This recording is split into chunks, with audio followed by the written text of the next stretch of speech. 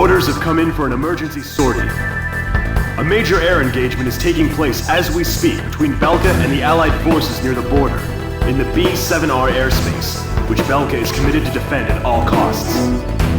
B-7R, commonly known as the Round Table, has long been a symbol of Belka's political, military, and industrial might.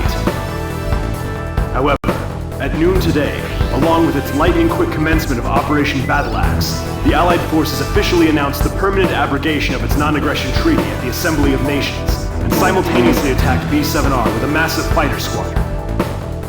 This mission may be our chance to finally end the Belkan War once and for all. I wish you luck.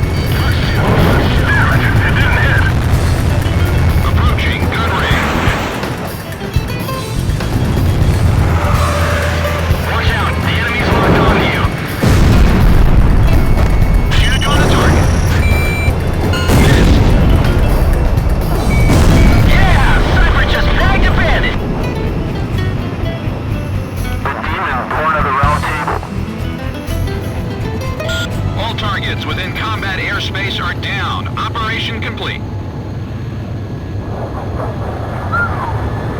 Yo, buddy. You still alive?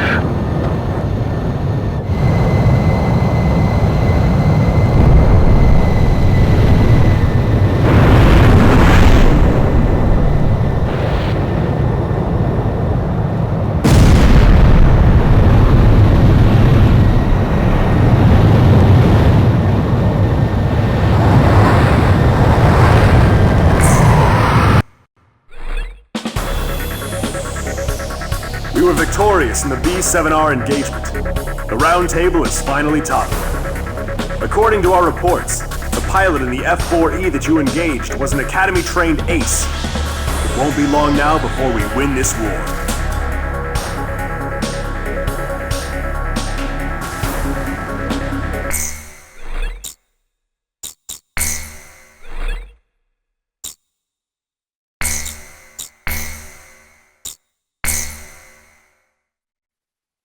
My pulse raced at the astounding accomplishments of the mercenary known as Demon Lord. I forgot about my job and read everything I had on hand. Around the time Demon Lord received his nickname, South Belka showed signs of weariness regarding the war. Because the region was set up as a defense line to protect the birthplace of Belka in the north, the people's dissatisfaction had reached a climax. The cities declared themselves demilitarized and peacefully surrendered to the Allied forces. Unable to establish a defensive position, the Belkan army kept retreating to the north. The end of the war was fast approaching. I was given an opportunity to interview the former aces of the Belkan Air Force.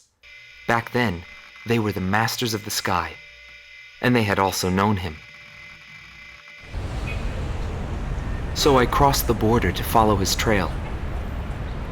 I wanted to capture the war and the Demon Lord from their point of view, to capture the voices of those who were there.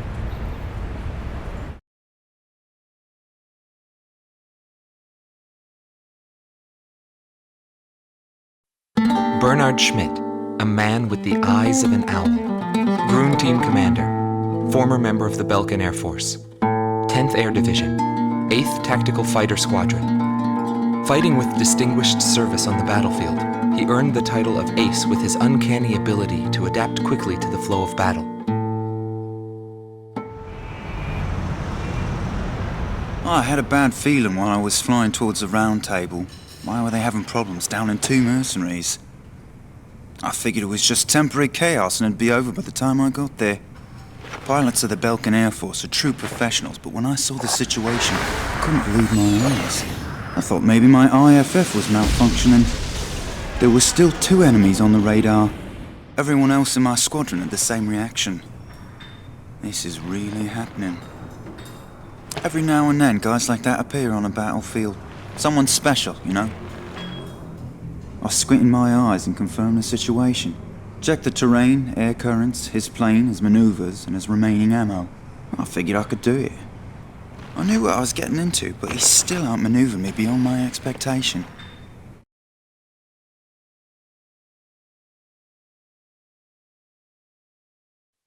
Gelb Teams Number 2, former member of the Belkan Air Force, 5th Air Division, 23rd Tactical Fighter Squadron, Rainer Altman. He flew the skies of Directus during the capital's liberation, and he's still there to this day. I met him above this very sky. I can still hear the sound of the missile alerts from that day. I received an order to fly to Directus on my way back from an intercept mission on the southern defense line. The order itself wasn't unusual. We kept being deployed from one mission to the next without receiving even the basic maintenance. But the situation was the same all around. We were late reaching the operational space. The station squadrons had already retreated, and warning bells were going off in the city. And the people were looking up to his plane, high above the sky. I couldn't see any emotion in his maneuvers. I didn't feel like I was fighting against a human being. I wanted to end that battle as quickly as possible.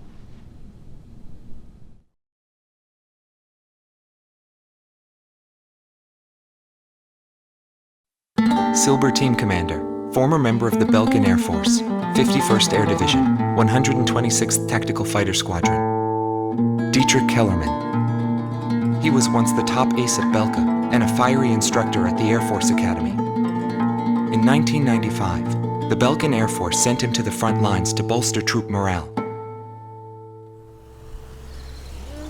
He was good. From what I'd heard about him, I thought he was still just a young mercenary. But he matured since then. He still wasn't perfect, but I could see he had come a long way towards understanding the rules of combat. What's important on the battlefield is to let go of hate, to survive, and to adhere to the rules you've set for yourself. These are the rules I've taught my students. And when I saw him, I could tell my time was done. A new generation had inherited the sky. There was no more need for an old soldier like me. Every time I flew with him, his skill stood out. He was unstoppable. He was cool-headed and proud, a combat professional. Demon Lord fit him perfectly. Maybe the man was blessed by the goddess of war. Before long, everyone had taken notice of him. More and more would show up to watch him go off on sortie. Mercenaries or maintenance crew, it didn't matter. People wanted to burn his image to their memories. Hell, they weren't the only ones.